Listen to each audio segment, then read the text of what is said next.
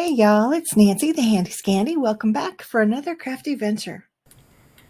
Today I have a very sweet project to share with you, and it's particularly sweet because it is a stamped image from my sweet friend Jillian Norwood. Now I'm showing you on the screen two sweet images, but today we're going to be focusing on this one, the Gingerbread Mama. Now the name of this stamp set is Gingerbread Joy, and it is by my sweet friend Jillian Norwood, and it is being produced by Peachy Keen Stamps, and it is absolutely one of the sweetest images. It really is.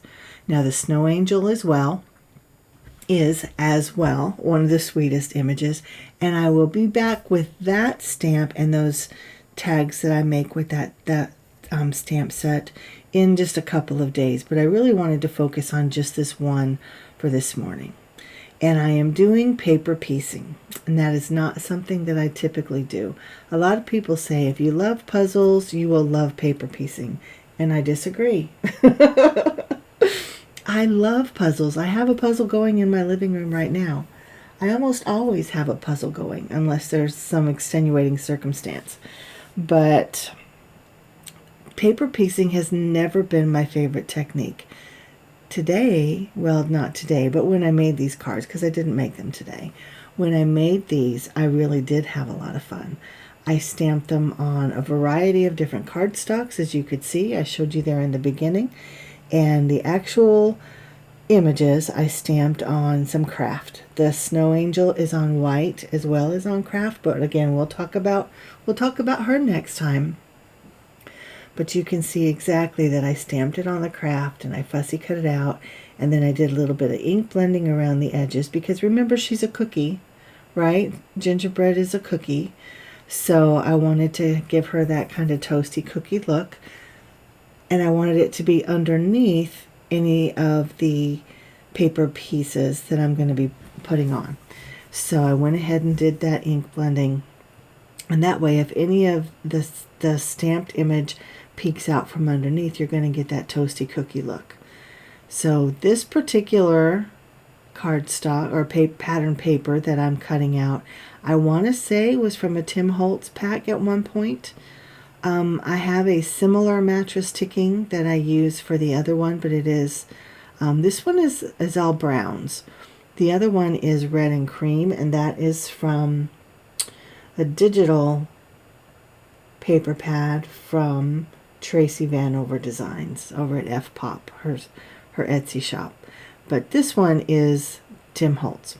And so I'm just carefully going along all of the edges. I'm cutting out the apron. I've already cut out both of the apron strings, the tie in the back that kind of hang it down at her side. And now I'm cutting out the hands so that the hands don't interrupt the paper piecing. And I'm just going very slowly. And even though this is super sped up, like I think it's sped up times, I'm not even sure. I can't see it on the screen. When I see it on the screen, I'll tell you. We'll get there.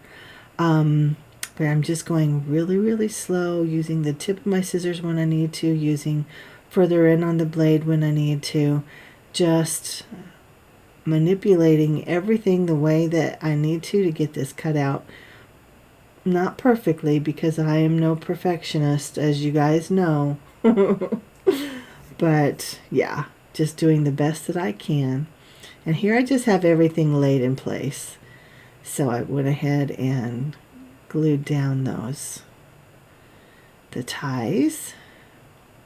And I don't know if you noticed or not, but when I did the die or the fussy cutting, I didn't go right through the middle of the black stamped line. A lot of people will give that guidance. For me, that was too hard. My eyes don't work that well anymore, even with glasses, and my hands aren't always as steady as I wish they were. So I just went to the edge of the black line, and that way it gave me some wiggle room. That way if I went into the black line, I was still okay, but I wasn't actually cutting into the image. So that was my plan. That's exactly what I did.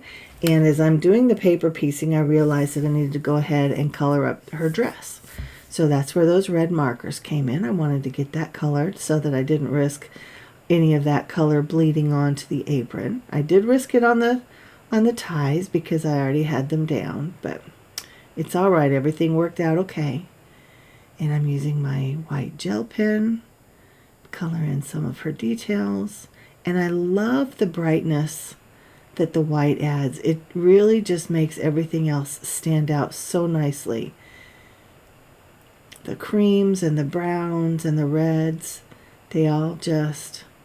I get tired of the word pop, but that's exactly what they do. They pop with that white.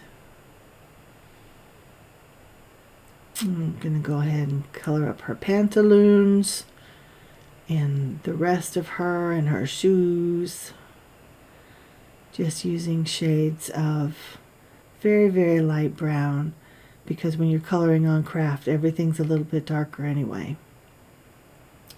So here I want to add a face, so I do some free range stamping. And I push a little too hard, and I have the placement a little odd. I feel like her face is a little too high, but it just kind of looks like she's tipping her head back, right? And I don't know if you see the smudge on the apron there on the left side. I don't know if I dropped the stamp or if I had ink on my hand. Oh, look at my pinky, the left side of my left pinky. There's ink there. I bet that's what I did. I bet I transferred it from my hand. Anyway, I think in the end we're able to again, I don't know if we cover it up or if we just camouflage it to the point where you don't really see it because you're looking at everything else. So I have her all paper pieced. Now that wasn't anything drastic or dramatic or difficult, the paper piecing of the apron. You could paper piece all of it. You could paper piece some hair, her pantaloons, her dress, the whole nine. But I just went with that, and I really like it. You know, like I said in the beginning, paper piecing was never my favorite technique, but I really had fun with this. Again, my eyes don't always cooperate with me and my hands, but we made it happen. So I pulled out that Temu lacy paper, just trying to find one that I felt like worked best with her. And, you know, the differences are so minuscule.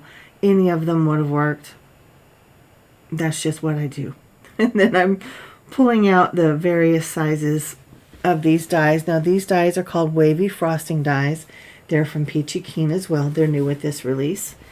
And they are intended to be like the frosting, so you can make the ridges of frosting, if you will, for a big sugar cookie. Or I feel like even the waviness, it's not really irregular because it's a very symmetrical wave, if that makes sense.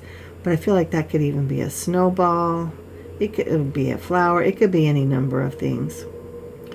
But there we have both sizes cut out. The larger is, I can't remember if that was from Stampin' Up or if that was a 12 by 12 piece. I think it was from Stampin' Up.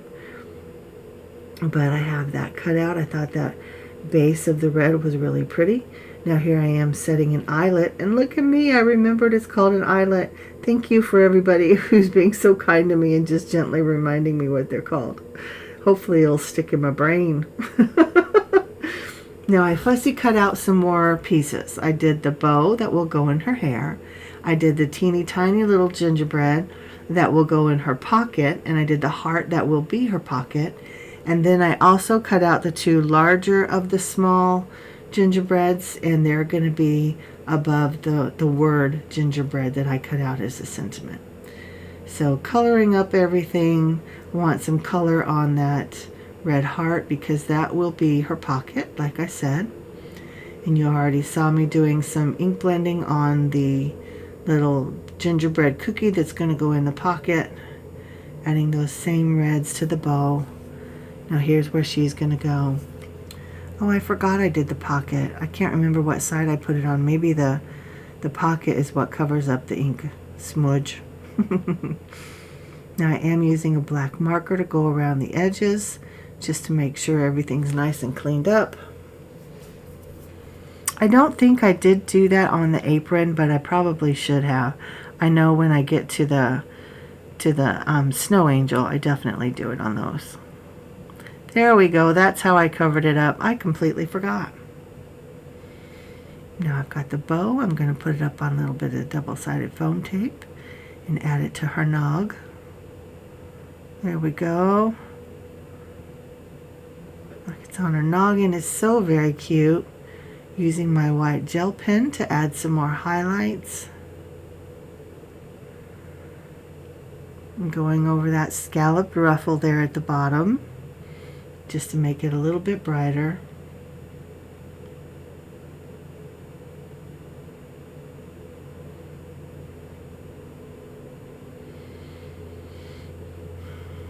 Putting the speckles in the spots just to add those details like a cookie.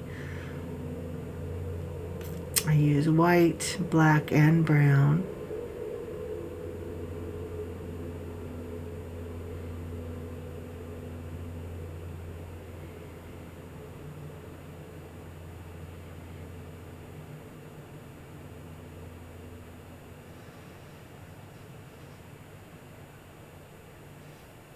I love how the white gel pen just makes everything pop. And again, I get tired of that word, but that's exactly what it does. Now I've used a Whimsy Stamps die to cut the gingerbread word out. I think it's the Quick Strip Sentiment dies. I think that's what that set is called. Now going around the edges with the black pen again. You can see those cute little gingerbreads down at the bottom. They are still tiny, but they're larger than the cookie that's in her pocket.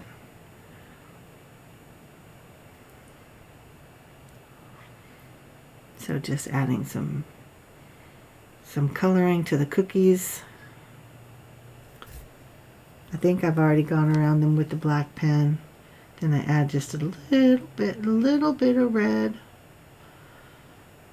to the heart on the boy and the bow and the heart on the girl.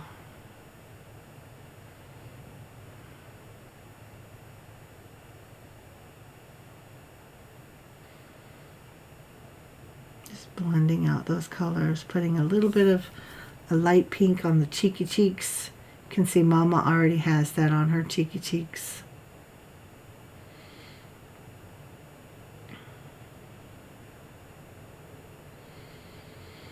And then I wanted to come in and add some detail to this. So I take the snowflake from the stamp set and I'm using two different kinds of ink.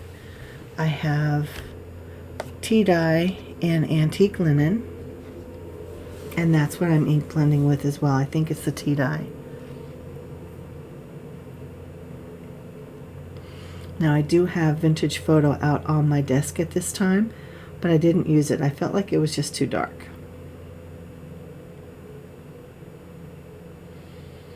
You see that pile of kind of pinky red ink there to the left? That was one of my Olos that was dripping. So I just kept touching it to my surface to get the drips off so that the drips wouldn't go on my project.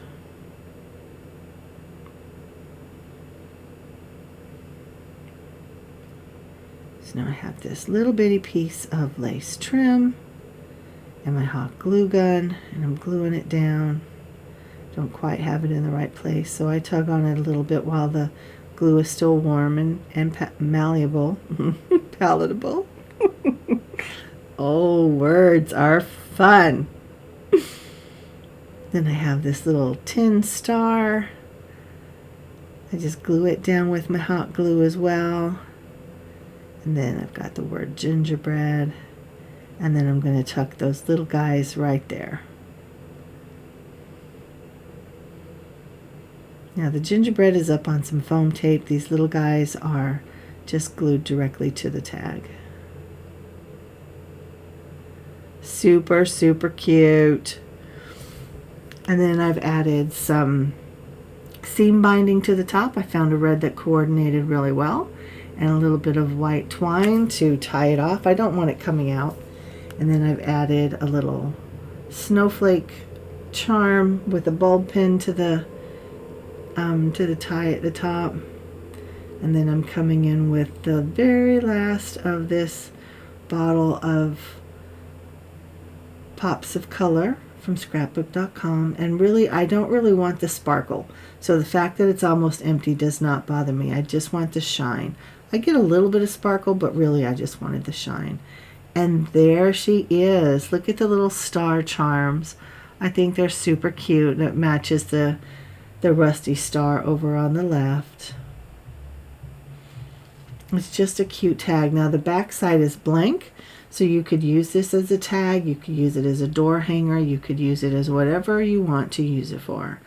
And I will be back very shortly with the Snow Angel. I made 2 of those tags. We did paper piecing on them as well. So guys, I thank you for joining me. If you have not already gone over to Peachy Keen Stamps and see what they have and seen Jill's new line, I encourage you to do so. And until the next time, guys, this is Nancy, the Handy Scandy, and I'm out. Mwah.